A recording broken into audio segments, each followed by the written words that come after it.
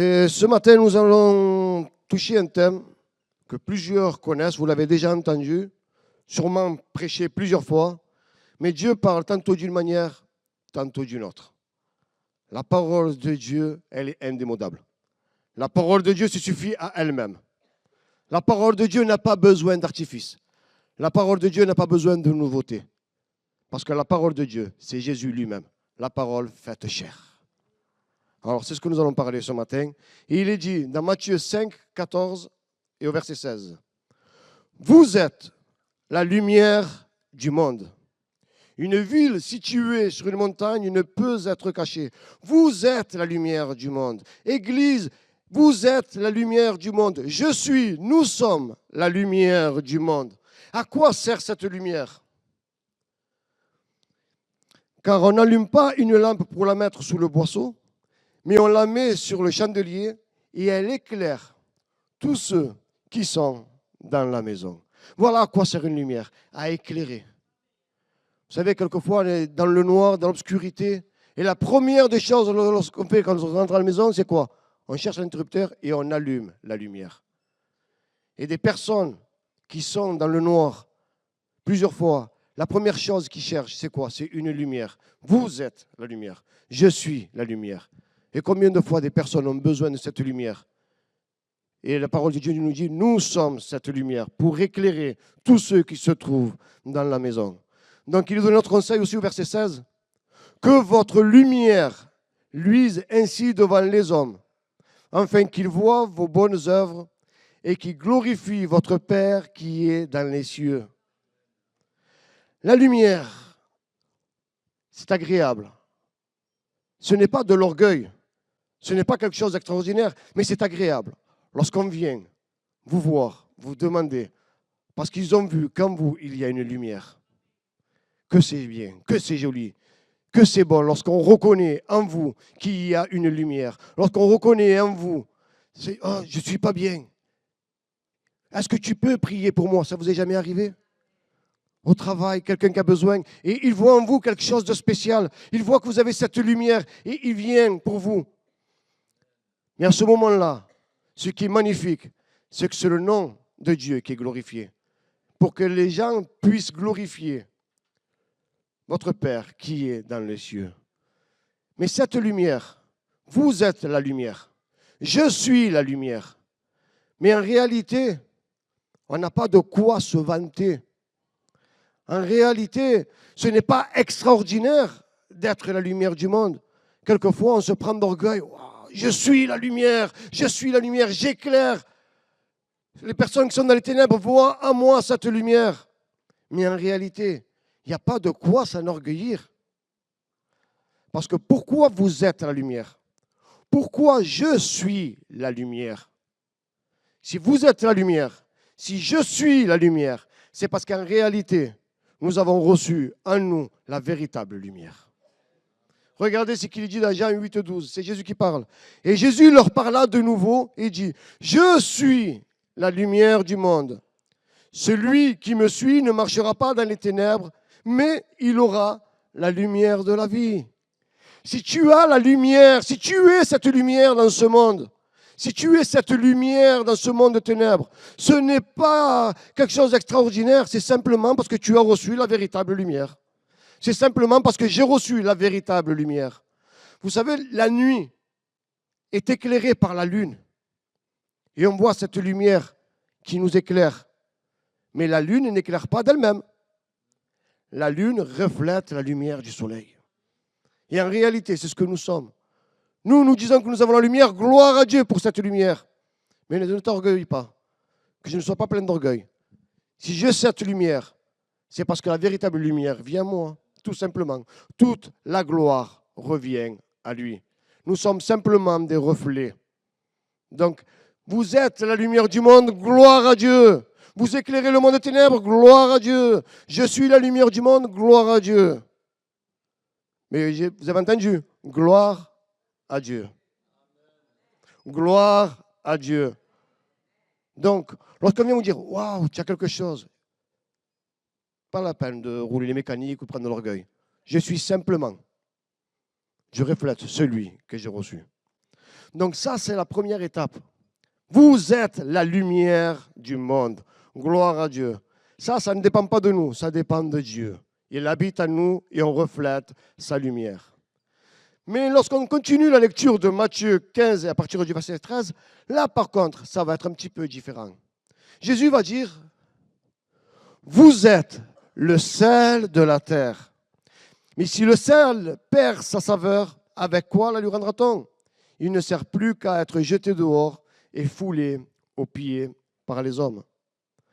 Je ne sais pas si vous avez remarqué, si vous avez lu la parole de Dieu, mais par contre, Jésus n'a jamais dit que lui était le sel de la terre. Lui, il a dit, je suis la lumière, donc vous êtes la lumière. Vous reflétez ce que lui, il est. Mais Jésus n'a jamais dit, je suis le sel de la terre. Ça, c'est un travail qui nous incombe à chacun d'entre nous. Vous êtes le sel de la terre. Je suis le sel de la terre. Il est dit, si le sel perd sa saveur, il ne sert plus qu'à être jeté dehors et foulé par les hommes. Et c'est ce que nous allons voir ce matin. Le sel de la terre. Là, ça ne dépend pas de Dieu. Ça dépend de toi. Ça dépend de moi. Et le sel, ce matin, j'ai voulu l'imager. J'ai voulu donner une référence. À quoi peut correspondre ce sel? À quoi peut correspondre ce sel? Pourquoi Dieu dit, vous êtes le sel de la terre? Quels sont les bénéfices du sel? Qu'est-ce que le sel apporte? Quels sont les attributs du sel? Et c'est ce que nous allons voir ce matin. Le sel, j'ai voulu le comparer à notre témoignage. Et nous allons voir quelques attributs. Le sel conserve. Dans l'Antiquité, on n'avait pas de réfrigérateur. Et le sel empêchait la viande ou le poisson de pourrir. Le sel était un conservateur. Si tu as un bon témoignage, si ton témoignage est valable, si ton témoignage est solide, eh ben, tu es un conservateur. Parce que le témoignage conserve. Ton témoignage, mon témoignage, notre témoignage freine la corruption morale de ton entourage par ta simple présence. Vous savez, moi, j'ai grandi dans un foyer chrétien. Je ne me suis pas converti tôt, mais comme mes parents étaient là, comme mes parents étaient des chrétiens, comme mes parents avaient un témoignage, par rapport à leur témoignage, ça a conservé ma vie de faire des choses qui n'étaient pas la gloire de Dieu. Si ton témoignage n'est pas valable, si tu vis ta vie comme toi tu veux, comment peux-tu conseiller à tes enfants? Comment peux-tu conserver l'intégrité de tes enfants, de ta famille, de ceux qui t'entourent? Vous êtes le sel de la terre. Je suis le sel de la terre. Si le sel est un conservateur, nous devons conserver notre témoignage. Et là où nous nous trouvons, par notre simple présence, plusieurs fois, les choses ne se font pas. Au travail, si ton témoignage est en vigueur, si ton témoignage est bon, vous savez qu'il y a plusieurs choses que les gens ne font. Ah, ça je ne peux pas le faire. Pourquoi? Ah, parce qu'il y a un shérif. Et on ne peut pas le faire devant lui. C'est au travail. Benoît, il est là. Ah non.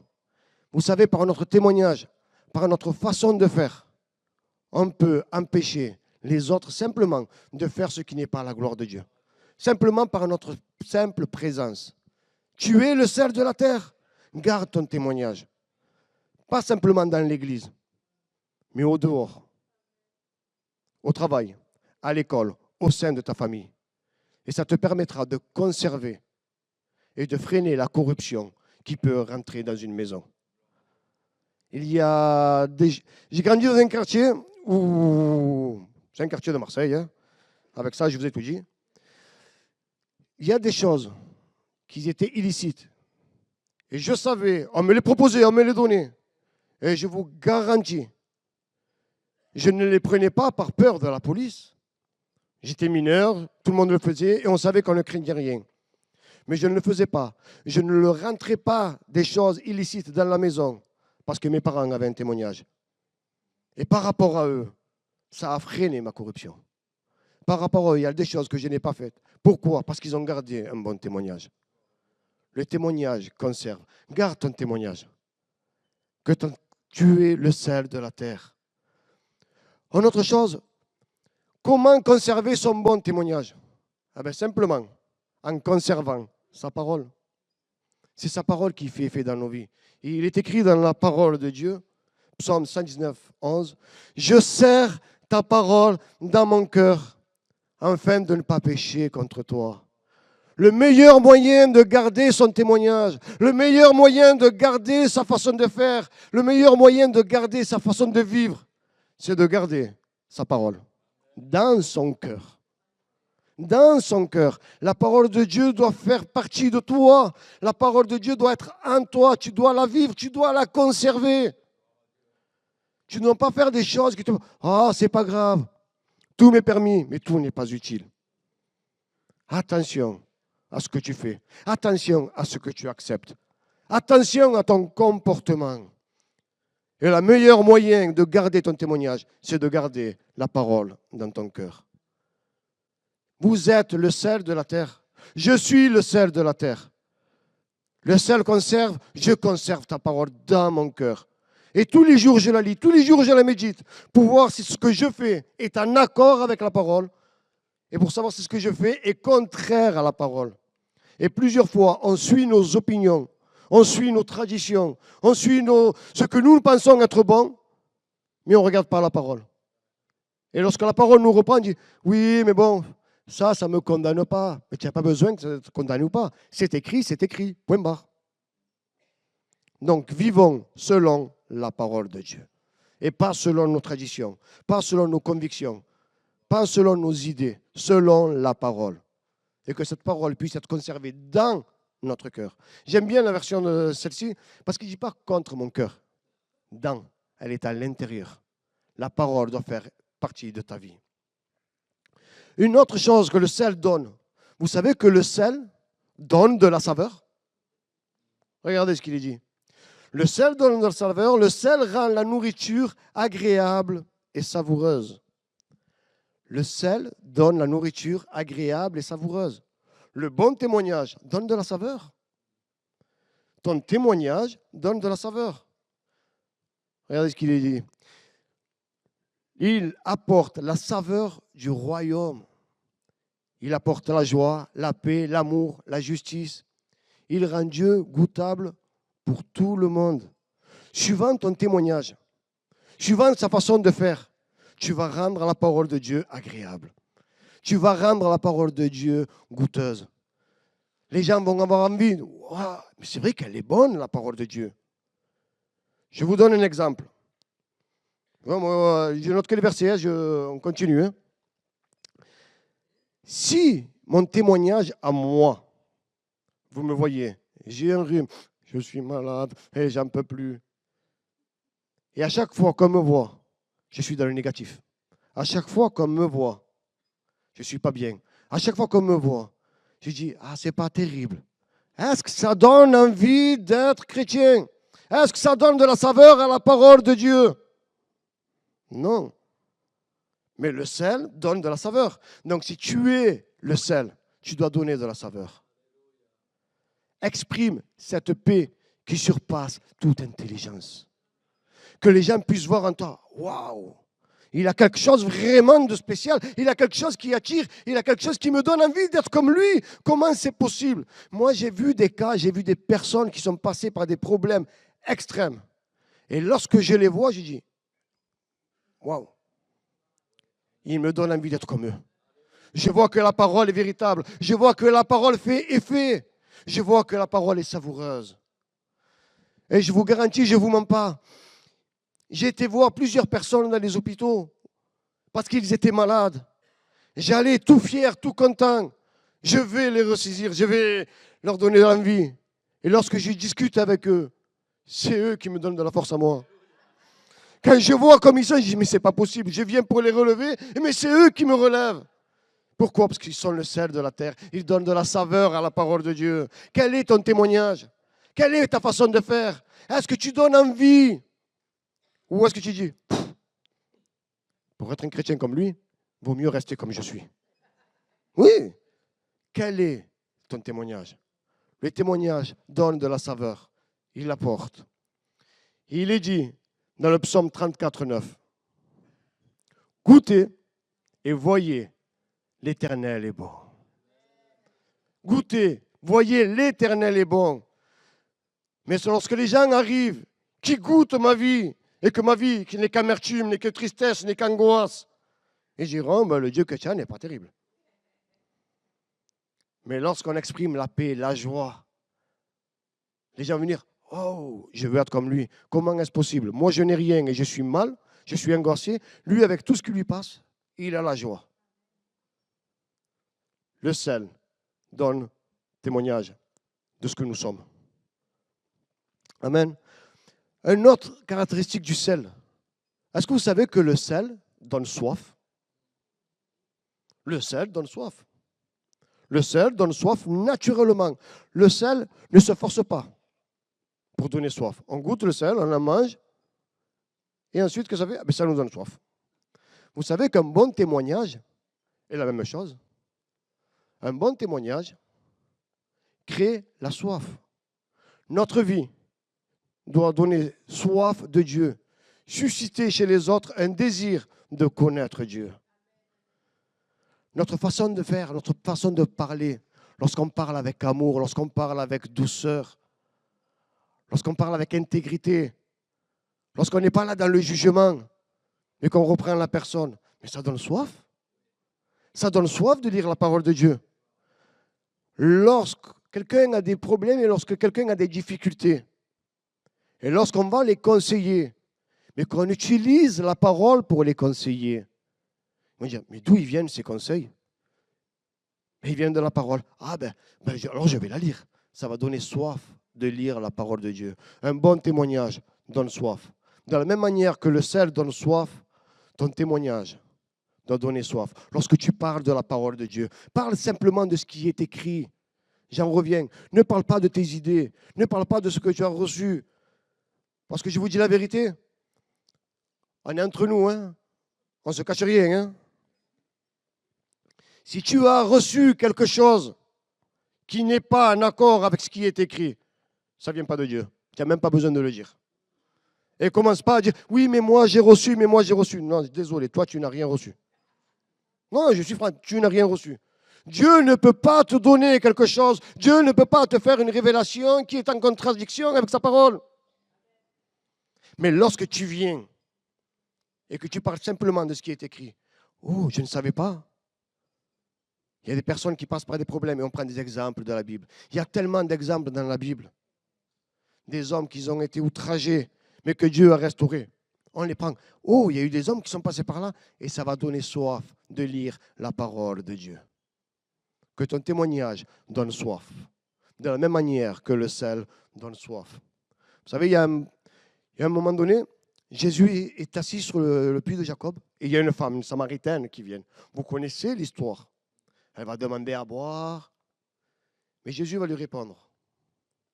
Mais celui qui boira de l'eau que je lui donnerai n'aura jamais soif. Et l'eau que je lui donnerai deviendra en lui une source d'eau qui jaillira jusque dans la vie éternelle. Vous savez, nous sommes des chrétiens. Nous sommes, on va dire, des petits Christ, des disciples de Christ. Et ces paroles que Jésus a employées, nous pouvons les employer. Celui qui boira de l'eau que je lui donnerai. Quelle est cette eau que tu vas donner? Quelle est cette eau que je vais donner? C'est la parole de Dieu. Je n'ai aucun mérite, mais simplement je dis la parole de Dieu. Et alors cette personne n'aura plus jamais soif. Vous savez pourquoi elle n'aura plus jamais soif? Parce qu'elle aura compris que la source d'eau vive se trouve dans la parole. Et elle va lire. Mais ça dépend de ton témoignage.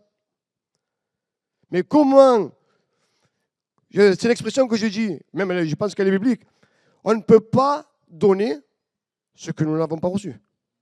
Je ne peux pas donner ce que je n'ai pas. Et comment je peux donner à boire à quelqu'un si moi-même, je ne m'abreuve pas de la parole? Quel est ton témoignage? Est-ce que tu lis la parole? Est-ce que tu la lis, la parole? Est-ce que tu la médites, ta parole? Est-ce que tu comprends la parole? Ou tu attends simplement le jour de réunion pour ouvrir ta Bible? Et à l'heure d'aujourd'hui, avec le temps moderne, on ne l'ouvre même plus, on allume la Bible, parce que 90% maintenant, nous les avons soit sur les téléphones, soit sur les tablettes. Je ne dis pas que c'est mauvais, attention. Hein. Mais à quel moment tu lis la parole? À quel moment tu bois de la parole? Et ensuite, tu veux donner à boire aux autres? Non. Si le sel donne soif, ta vie, ton témoignage doit donner soif. Et lorsque les gens vont venir assoiffés, si tu n'as pas d'eau à leur donner, qu'est-ce qu'ils vont faire? Ils vont partir voir ailleurs. Que Dieu fasse que ceux qui viennent assoiffés, que nous soyons capables de leur donner de l'eau. Mais on ne peut pas donner ce que nous n'avons pas reçu. Alors que notre témoignage soit celui-là. Un homme, une femme, une église qui lit la parole, qui médite la parole et qui la met en pratique. Amen. Autre chose que le sel fait. Vous êtes le sel de la terre. Je suis le sel de la terre. Nous sommes le sel de la terre. Vous savez, le premier de l'eau, c'est moi. Vous ne cassez pas la tête. Hein? Le sel est discret. Vous avez vu un plat lorsque vous mangez? Est-ce que vous le voyez, le sel? Ah non, on ne le voit pas, le sel. Le sel est discret et met en avant le plat. Il ne se met pas en avant. Il fait ressortir ce qui est déjà là. Je ne sais pas, vous avez mangé un bon plat. Allez, on va manger un plat. Mettez le plat que vous préférez. Est-ce que vous avez déjà dit, oh, il est bon le sel? Non, hein? Moi, je n'ai jamais dit ça. Hein? Oh, le sel, il est bon. Hein? Non, c'est le plat qui est bon. C'est le plat qui est bon. Mais c'est quoi qui rend le plat goûteux? C'est le sel qui est dessus. C'est le sel. Et notre témoignage est la même chose. Notre témoignage doit être discret. Notre témoignage, il parle de lui-même. Je ne suis pas là pour dire, moi, je fais ci, moi. Non, non. Vis ta vie chrétienne. Vis ce que tu es. Tu es le sel de la terre. Le sel ne se voit pas. De la même manière que le sel met en avant le plat qui est déjà là. Le chrétien, c'est la même chose. Le témoignage met Jésus en valeur. Le croyant glorifie Christ et met en avant Dieu, pas lui-même. Lorsque les gens vont s'approcher de toi et qu'ils vont commencer, ils ne voient pas le sel. Ils ne se voient pas. Et lorsqu'ils vont commencer à goûter, qu'est-ce qu'ils vont dire? Oh, il est beau Christ. Qu'est-ce qu'il est beau Jésus. Qu'est-ce qu'il est fort ce Dieu qu'il a. Il est magnifique. Ils ne parleront pas de toi. Et ça, je rends gloire à Dieu pour ça. Je ne veux pas que les gens parlent de moi. Le sel ne se voit pas. Le sel est discret. Mais par contre, il donne la saveur au plat. Est-ce que ta vie, est-ce que ton témoignage donne de la saveur à Jésus? Est-ce que ta façon de vivre relève Jésus? Ou est-ce que tu vis pour que les gens te voient à toi? Ou est-ce que je vis pour que les gens me voient à moi? Si je suis le sel, je ne dois pas être vu. Mais je dois faire ressentir ce qui est déjà. Il est écrit dans la parole de Dieu, le témoignage met Jésus en valeur de Dieu. 1 Pierre 5,5. Regarde ce qu'il dit. Revêtez-vous d'humilité. Car Dieu résiste aux orgueilleux, mais il fait grâce aux humbles. Que l'humilité fasse de nous des enfants de Dieu. Que ton témoignage soit un témoignage d'humilité. Pas un témoignage de moi je suis, moi ça, moi l'autre. Non. Un témoignage d'humilité. Et, comme je vous ai dit, le premier concerné, c'est moi. Donc, vous êtes le sel de la terre. Je suis le sel de la terre. Qui est le sel de la terre? Qui lève la main? Qui veut être le sel? Gloire à Dieu. Alors, rends-toi invisible et laisse Dieu apparaître. Amen. Le sel, quelque chose que peut-être vous ne savez pas, d'autres le savent. Le sel a une valeur d'alliance. Vous le savez? Dans la parole de Dieu, le sel a une valeur d'alliance.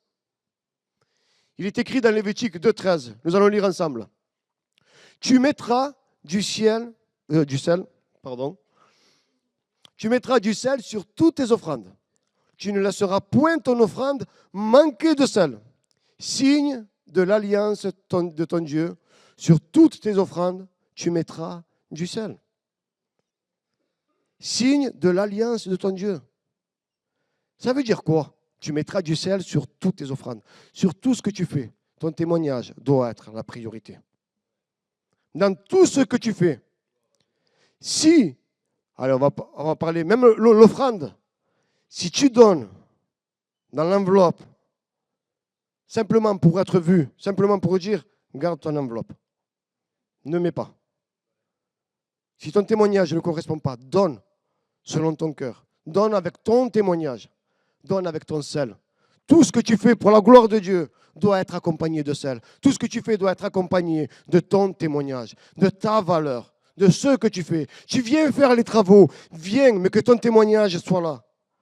Si tu viens faire les travaux parce que tu es obligé, parce que tu dis, ouais, qu'est-ce qu'ils vont dire? Ton cœur n'y est pas, reste à la maison. Parce que tout ce qu'on fait ici, c'est pour la gloire de Dieu. Et tout ce qu'on fait doit être assaisonné. Tout ce qu'on fait doit donner du goût. Lorsqu'on vient faire les travaux avec la joie, lorsqu'on vient, quand on donne notre offrande, c'est avec joie. Et tout ce que nous faisons, c'est avec joie. Aujourd'hui, j'annonce la parole de Dieu. Gloire à Dieu, avec joie. Et je veux que mon témoignage, je veux apporter mon sel dans tout ce que je fais. C'est mon objectif. Est-ce que j'y arrive toujours? Peut-être pas. Mais ce que Dieu nous demande, c'est d'assaisonner, c'est de mettre du sel dans tout ce que vous faites. Tout ce que tu fais, c'est pour la gloire de Dieu. Et tout ce que tu fais doit être assaisonné de sel. Tout ce que tu fais doit être accompagné d'un bon témoignage. Si je témoigne ici, je suis un bon chrétien. Allez, je vais faire l'évangélisation. Je vais dans la rue. Ah, c'est un genre d'offrande. Je prends du temps, je la donne, j'ai fait l'évangélisation. Mais si mon témoignage ne correspond pas, si ce que je fais n'est pas accompagné de sel, si ce n'est pas assaisonné, à quoi ça va me servir? C'est quelque chose qui est en blanc. C'est une perte de temps. Parce que Dieu ne sera pas glorifié. Tout ce qu'on fait, c'est pour que Dieu soit glorifié. Amen. Alors si le sel a une valeur d'alliance dans la parole de Dieu, notre témoignage, alors c'est quoi? Eh bien, notre témoignage, c'est une preuve d'alliance avec Dieu. Quelle est la preuve que tu vis dans la nouvelle alliance? Quelle est la preuve que tu es enfant de Dieu? C'est ton témoignage. C'est mon témoignage. Parce que si je dis, moi, je suis enfant de Dieu, je suis dans la nouvelle alliance, je suis dans la grâce, mais que je vis comme je veux, que mon témoignage ne correspond pas, elle est où ta preuve que tu as changé? Elle est où ta preuve que tu es un enfant de Dieu? De la même manière que le sel était une alliance dans la parole de Dieu, le témoignage est une preuve d'alliance. Quand sera venu le consolateur que je vous enverrai de la part du Père, l'Esprit de vérité qui vient du Père, qu'est-ce qu'il fait? Il rendra témoignage de moi. Et vous aussi, rendez témoignage, parce que vous êtes avec moi dès le commencement. Et vous aussi, rendez témoignage. Quel est le témoignage que tu rends? Quel est le témoignage que je rends? Quel est le témoignage que nous rendons? Est-ce que nous rendons un témoignage que nous sommes des rachetés?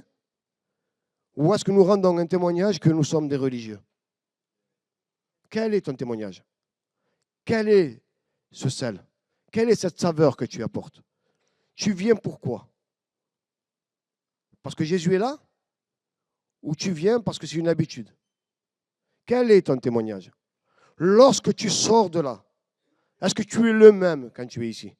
Quel est ton témoignage? Le sel peut devenir inutile s'il perd sa saveur. Mais si le sel perd sa saveur, il ne sert plus qu'à être jeté dehors et foulé aux pieds des hommes. Le chrétien peut devenir inutile s'il perd son témoignage. Un chrétien qui a perdu son témoignage n'est plus crédible. Un chrétien qui parle mais que sa vie ne correspond pas avec ce qu'il a dit n'est pas crédible. Si demain, je fais des choses qui ne sont pas à la gloire de Dieu, que mon témoignage ne correspond pas avec la parole de Dieu, comment je vais être crédible? Comment ce que je vais vous annoncer, il n'a pas d'impact. Mais par contre, c'est l'encouragement que Dieu nous donne. 1 Timothée 4,12, c'est Paul qui le dira. Que personne ne méprise ta jeunesse. Lorsqu'il dit ta jeunesse, que personne ne méprise qui tu es. Que tu sois homme, que tu sois femme, que tu sois jeune, moins jeune, que tu aies un titre, que tu n'aies pas de titre, que tu aies une fonction, que tu n'aies pas de fonction, que personne ne méprise ce que tu es, que personne ne méprise ce que tu as reçu. Mais pour cela, il faut qu'il y ait une condition. Mais sois un modèle. Que ton témoignage aille de l'avant. Parce que le véritable témoignage, le bon témoignage, ce n'est pas celui que toi tu donnes, ce n'est pas celui que toi tu dis je suis. Le véritable témoignage est celui que les autres disent de toi. C'est celui-là qui prend de la valeur. Je vais terminer avec ce passage. Je ne l'ai pas écrit, mais ça, on connaît tous ce récit. Lorsque Jésus va dire, que disent les gens que je suis? Les uns diront, tu es Jean le Baptiste, d'autres Élie ou l'un des prophètes. Jésus va poser la question, et vous, qui dites-vous que je suis? Pierre va répondre, tu es le Christ, le Fils du Dieu vivant. Gloire à Dieu pour cette révélation qui vient du Père. Mais maintenant, je voudrais la remettre en question. Si Jésus a posé la question, qu'est-ce que les gens disent de moi? C'est que peut-être il y avait une importance. C'est que peut-être il y avait quelque chose derrière. Donc si Jésus a posé cette question, quelquefois, il est bon que nous la posions nous aussi. Qu'est-ce que les gens disent de moi? Qu'est-ce que les gens disent de toi? Est-ce que tu as un bon témoignage? Est-ce que tu es un chrétien? Qu'est-ce que les gens disent de toi? Là, tu es dans l'église, gloire à Dieu. Au travail, qu'est-ce que les gens du travail disent de toi? C'est un prophète? C'est un homme de Dieu? C'est un chrétien? Au sein de ta famille, dans ta propre famille, là où tu as personne, où tu dis, c'est bon, il n'y a pas de chrétien, je fais ce que je veux. Qu'est-ce que ta femme dit de toi? Qu'est-ce que ton mari dit de toi? Qu'est-ce que tes enfants disent de toi? Tu t'es posé la question? Quelquefois, il est bon de se poser la question. Moi, le premier. Quelquefois, j'ai besoin de me remettre en question. Est-ce que mon témoignage correspond? Qu'est-ce que mes familles disent de moi? Qu'est-ce que mes amis disent de moi? Je me sens libre ce matin. Hein? Je vais vous poser une question. Qui est chrétien dans l'église? Qui lève la main? Gloire à Dieu. La deuxième question, je ne vous demanderai pas de lever la main. Est-ce que votre voisin sait que vous êtes chrétien? Ne levez pas la main. Ne levez pas la main. Qu'est-ce que ton voisin dit de toi? Ah, bonne question. Quel est ton témoignage? Est-ce que tu es le sel de la terre? Est-ce que tu es parti les revoir pour leur annoncer la bonne nouvelle? Qu'est-ce que ton voisin dit de toi? Qu'est-ce que ta voisine dit de toi? Oui, il ne faut pas aller chercher bien loin. Hein? Ton voisin. Hein? Donc, si Jésus a posé la question, c'est que quelquefois, nous avons besoin de nous poser la question. Qu'est-ce que les gens disent de moi? Et ensuite, Jésus va dire, et vous, qui dites-vous que je suis? Et là, c'est la révélation du Père. Tu es le Christ, le Fils du Dieu vivant. Et là, la principale personne concernée, est-ce qu'on a posé la question à Dieu? Seigneur, qu'est-ce que tu dis de moi?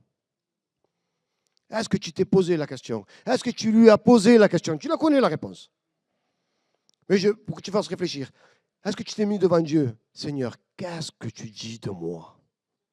Est-ce que mon témoignage correspond? Est-ce que je suis le sel de la terre? Est-ce que je donne soif? Est-ce que je donne envie aux gens de venir? Ou est-ce que les gens s'enfuient lorsqu'ils me voient? Quelle est mon attitude? Oui, quelquefois, il faut se remettre en question. Qu'est-ce que Dieu dit de toi? Qu'est-ce que Dieu dit de moi? Moi, mon désir, c'est lorsque Dieu, si je pose cette question à Dieu, que Dieu me fasse la même réponse qu'il a faite à Nathanaël. Voici un véritable Israélite dans lequel il n'y a point de fraude.